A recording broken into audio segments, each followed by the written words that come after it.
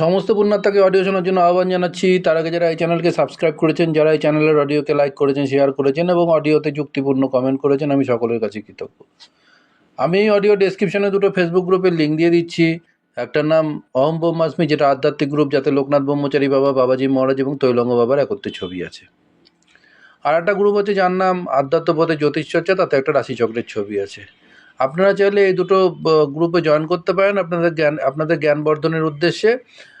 তো এছাড়া যদি আপনারা আপনাদের অ্যাস্ট্রোলজিক্যাল কনসালটেন্সি নিতে চান, প্রেডিকশন নিতে চান, ভবিষ্যৎ সম্পর্কে জানতে চান, তাহলে দুটো ফেসবুক গ্রুপে লিঙ্ক ধরে চলে যান। আমি ডিসক্রিপশনে লিঙ্ক দিয়ে দিয়েছি। ওই লিঙ্ক ধরে চলে গিয়ে দেখবেন যে দুটো ফেসবুক গ্রুপের অ্যাডমিন আছেন শিবরাম। তার যে কোনো একটা ফেসবুক প্রোফাইলে চলে যান, ওখানে তার সাথে ইনবক্সে যোগাযোগ করুন। আসুন আজকের আলোচনা। মূল্যবান শ্রোতার মূল্যবান প্রশ্ন। ওনার প্রশ্ন হলো যে যখন কুণ্ডলিনী শরীরে যখন প্রথম জাগরিত হয়, তখন কি শরীরে এরকম অনুভব হয় যে লিমিটলেস শক্তি প্রবাহিত হচ্ছে, সব কিছুর ধরাছোঁয়ার বাইরে এক শক্তি প্রবাহিত হচ্ছে?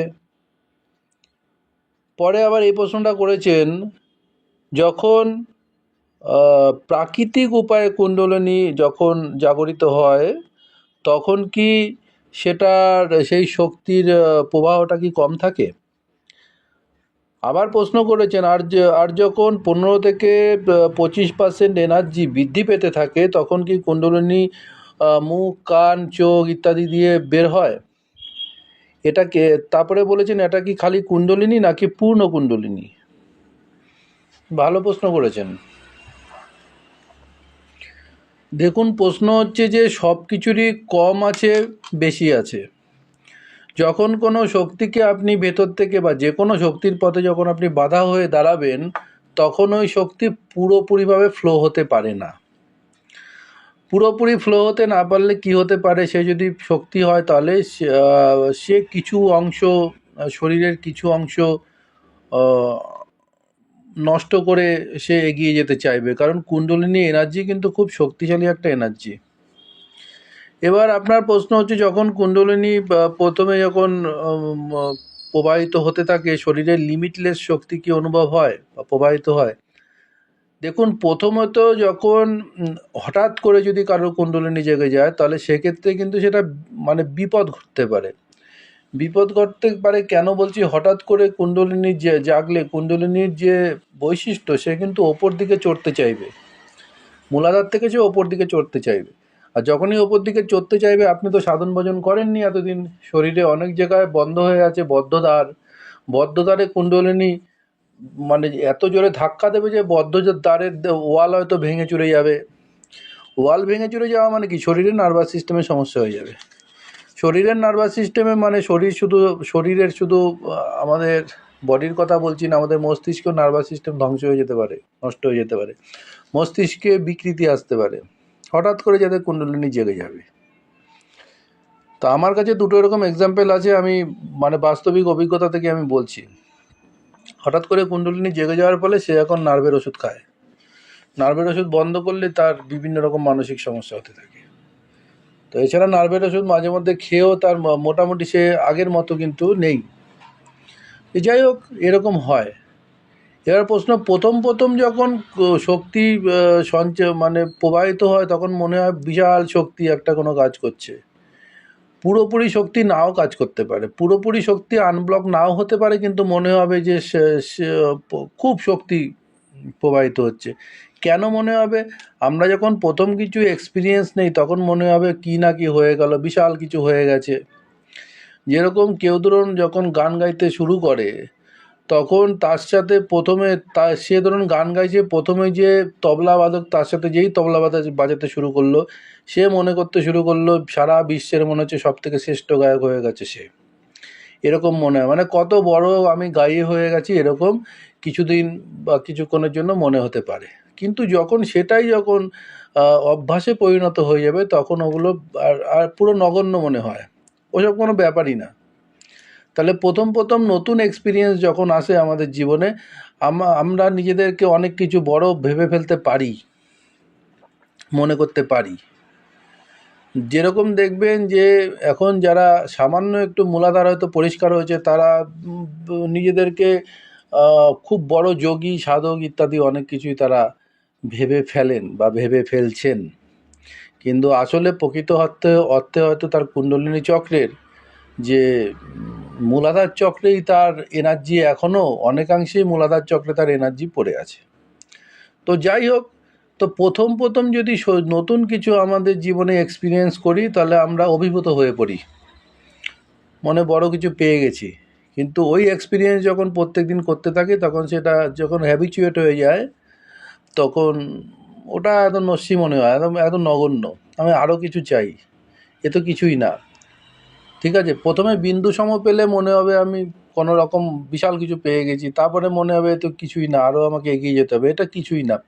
দেখবেন যারা স্পিরিচুয়াল এক্সপিরিয়েন্স করে, যারা সাধন মার্গে গিয়ে বিভিন্ন কিছু দর্শন করে, তারা অনেকেই কিন্তু তাদের মধ্যে একটা গর্ববোধ চলে আসে, আমি এটা দেখতে পেয়েছি, সেটা দেখতে পেয়েছি। কিন্তু আসল জায়গায় কিন্তু তারা বোঝে না যে তারা সেই তিমিরেই পড়ে আছে, বা যৎ সামান্য কিছু উন্নতি করেছে। ওই দেখা মানেই যে সে বিশাল কিছু পেয়ে গেছে, সেটা নয়। অনেকেই সাধন মার্গে ছাড়াও সাধনা করে না, তারা অনেক কিছু দর্শন করেন।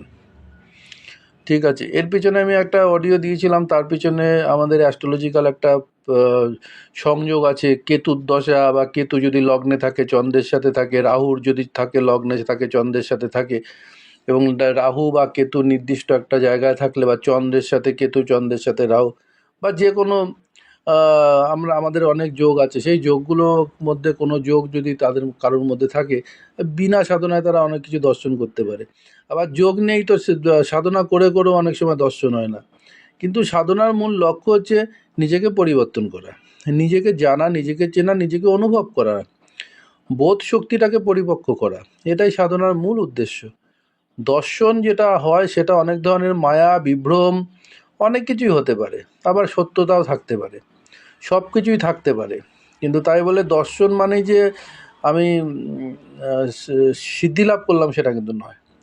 যাই হোক, তো আপনার প্রথম প্রশ্নের উত্তর বলি। প্রথম প্রথম শক্তি যখন শরীরে সামান্য কিছুও যদি শক্তি প্রভাবিত হতে থাকে, প্রথম প্রথম শরীরের তো অভিজ্ঞতা নেই সেরকম শক্তিকে তার উপর দিয়ে পাস করানো, সেই শক্তি কিন্তু দেখবেন পরবর্তীকালে এই শক্তি আর আপনার মনে হবে না যে প্রবাহিত হচ্ছে। কেন বলুন তো মনে হবে না? শরীর সেটা হজম করে ফেলেছে।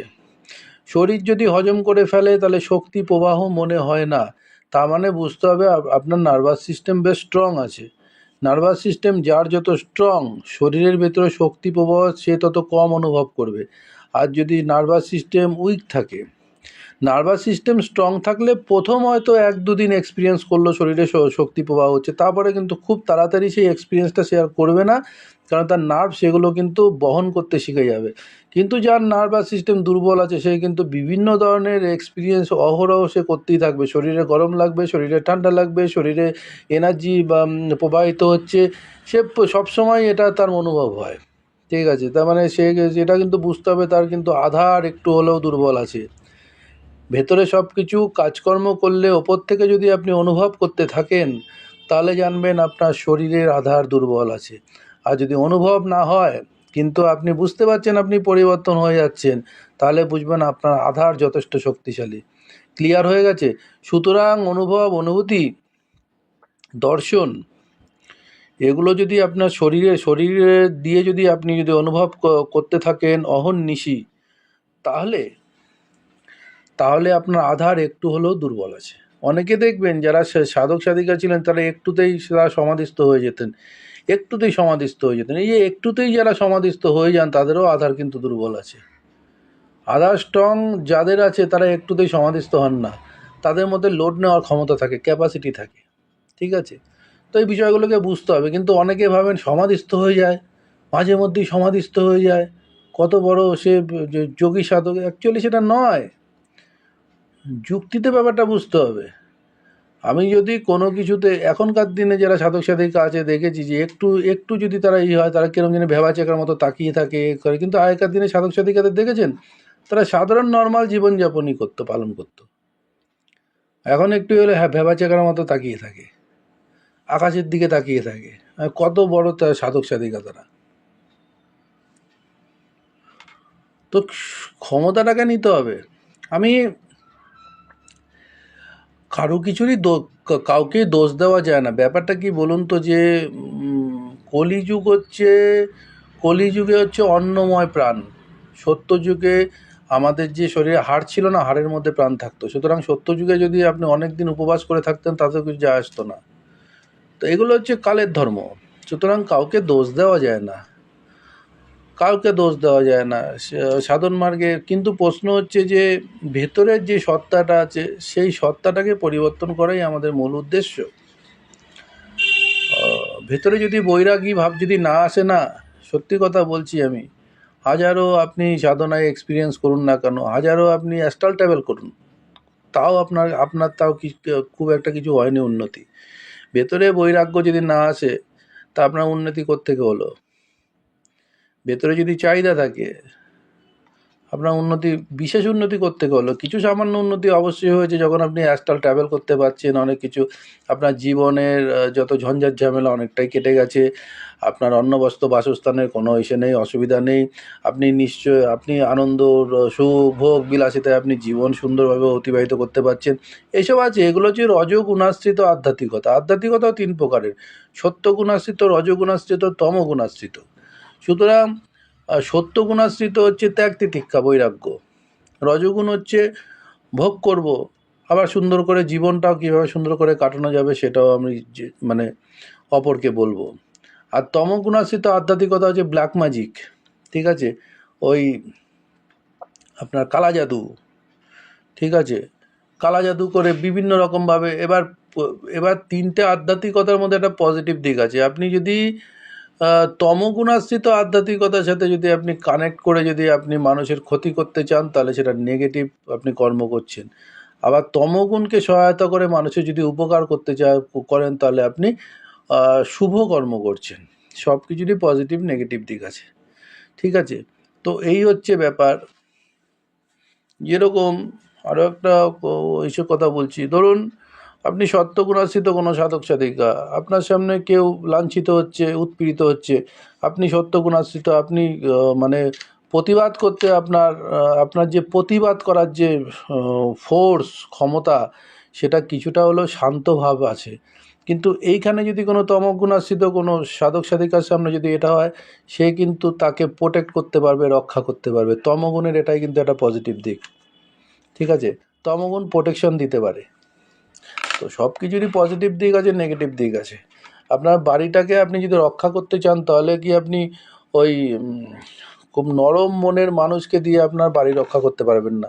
তখন একটা ডাকাবুকো মানুষকে আপনার বাড়ির রক্ষা করার জন্য দায়িত্ব দিতে হবে। সুতরাং যার যে কর্ম, সবারই পজিটিভ দিক আছে, সবারই নেগেটিভ দিক আছে। আমি এবার চলে আসছি আবার মূল বিষয়, অন্তিম বিষয়। দেখুন, ব্যাপারটা হচ্ছে মোক্ষ পেতে গেলে মোহ ক্ষয় করতে হবে। মোক্ষ কথার অর্থ হচ্ছে যার মোহ ক্ষয় হয়ে গেছে। মোহ ক্ষয় হয়ে যাওয়া মানে আপনার কর্ম ক্ষয় হয়ে গেছে। কর্ম ক্ষয় হয়ে যাওয়ার ফলে আপনার তো পৃথিবীতে আর ফিরে আসার কোনো মানেই হয় না। প্রকৃতি বলে এ পুরো ইউজলেস হয়ে গেছে, একে আর টেনে নামিয়ে আমার কোনো কাজ নেই, একে ছেড়ে দাও, ঠিক আছে। তো যাই হোক, আপনার সেই যে প্রশ্ন তো হচ্ছে কুণ্ডলিনী যখন 15-25% ওঠে, তখন কি নাক কান মুখ দিয়ে বেরোয়? দেখুন, নাক কান মুখ দিয়ে অবশ্যই বেরোয়। নাক কান মুখ দিয়ে বেরিয়ে মানে আপনার একটা অরা বেল্ট তৈরি করে। কুণ্ডলিনী যখন পুরোপুরি আপনার কুণ্ডলিনী চক্রগুলো যখন পরিষ্কার হয়ে যায় না, যখন পথ যখন ক্লিয়ার হয়ে যায়, তখন আপনার শরীরের বাইরে 12টা লেয়ার উৎপন্ন হয়, তৈরি হয়। এই 12টা লেয়ার যখনই তৈরি হবে, তখন বিভিন্ন রকম এক্সপিরিয়েন্স হবে। নাক থেকে, মুখ থেকে, কান থেকে মনে হচ্ছে কিছু একটা বেরোচ্ছে। এগুলো হচ্ছে প্রথম অনুভূতি, যেটা বললাম। এবার আপনি ধরুন 5 বছর ধরে আপনি নাক থেকে, মুখ থেকে, কান থেকে কি বেরোচ্ছে এটা যদি অনুভব করেন, তাহলে আপনার আধার দুর্বল আছে। প্রথম কিছুদিন অনুভব করতেই পারেন, তারপরে এই জিনিসগুলো যখন অনুভব আর আসবে না, তখন জানবে সেগুলো আধার আপনার হজম করে নিয়েছে। এই হজম করা কিন্তু খুব দরকার, হজম করা খুব দরকার। অনেকের ক্ষেত্রে দেখবেন যে তারা সাধন মার্গে সাধনা অনেকদিন ধরে করছে, সাধনা করতে গেলে শরীর না পুরো প্রচণ্ড উত্তপ্ত হয়ে যায় ভেতর থেকে। মনে হচ্ছে মানে আপনার শরীরের উপরে কোনো ভাতের হাঁড়ি বসালে ভাত হয়তো সিদ্ধ হয়ে রান্না হয়ে যাবে, এরকম উৎপন্ন মানে উত্তাপ চলে আসে। তো অনেকের অনেক কিছু হয়। কেউ কেউ দেখে যে ভেতরে কিছু একটা ভনভন করে ঘুরতে ঘুরতে ওপর দিকে উঠছে। এগুলো প্রথম অবস্থায় হয়ে তারপরে এগুলো বন্ধ হয়ে যাওয়া উচিত। তাহলে বুঝতে আপনার শরীরের নার্ভাস সিস্টেম আপনার এটাকে লোড নিতে শিখে গেছে, আপনি সেটা হজম করতে শিখে গেছে। দেখুন, আধ্যাত্মিকতা কিন্তু আমাদের শরীরকে যদি বিচার করেন না, পুরোপুরি আমাদের শরীরে যে সূক্ষ্ম থেকে সূক্ষ্মতর যে সূক্ষ্মাতি সূক্ষ্ম যে নার্ভাস সিস্টেম আছে, সেগুলোর ওপর দিয়েই কিন্তু আমাদের আধ্যাত্মিকতা ক্রিয়া করে। কারণ নার্ভাস সিস্টেমটাকে পরিষ্কার করাই কিন্তু আমাদের আধ্যাত্মিকতার কাজ। কারণ নার্ভ কিন্তু আমাদের আকাশ তত্ত্বের সাথে আমাদের কানেক্ট করার জন্য আমাদের শরীরে যে নার্ভাস সিস্টেম সেগুলো কিন্তু কাজ করে। সুতরাং আমরা যে সাধন মার্গে সাধনা করি, শরীর থেকে প্রথমে আমাদের টক্সিন বার করতে হয়, যার জন্য অনেক রকম প্রাণায়াম আছে, অনুলোম বিলোম আছে, অনেক খাদ্য খাবার আছে। আগেকার দিনে যখন আপনারা দেখবেন গুরুদেবরা যখন মন্ত্র দিতেন, তখন তার আগে কিছু খেতে দিতেন, যাতে করে শরীরটা একটু শুদ্ধ হয়, মানে টক্সিনটা একটুখানি বেরিয়ে যায়। বা এরকম অনেক গুরুরা ছিলেন যারা প্রথমে তাদের শরীরকে শুদ্ধ করার জন্য বিভিন্ন রকম ক্রিয়া দিতেন, তারপরে তারা দীক্ষা দিতেন। কারণ শরীর শুদ্ধ না হয়ে দীক্ষা নিলে সেটা হিতে বিপরীত হয়ে যাবে, মানে গরম তেলে জল ঢালার মতো একটা অবস্থা। বুঝতে পেরেছেন তো? সেটা হিতকারী হয় না, তার জন্য শরীরকে আগে শুদ্ধ করে নিতে হয়।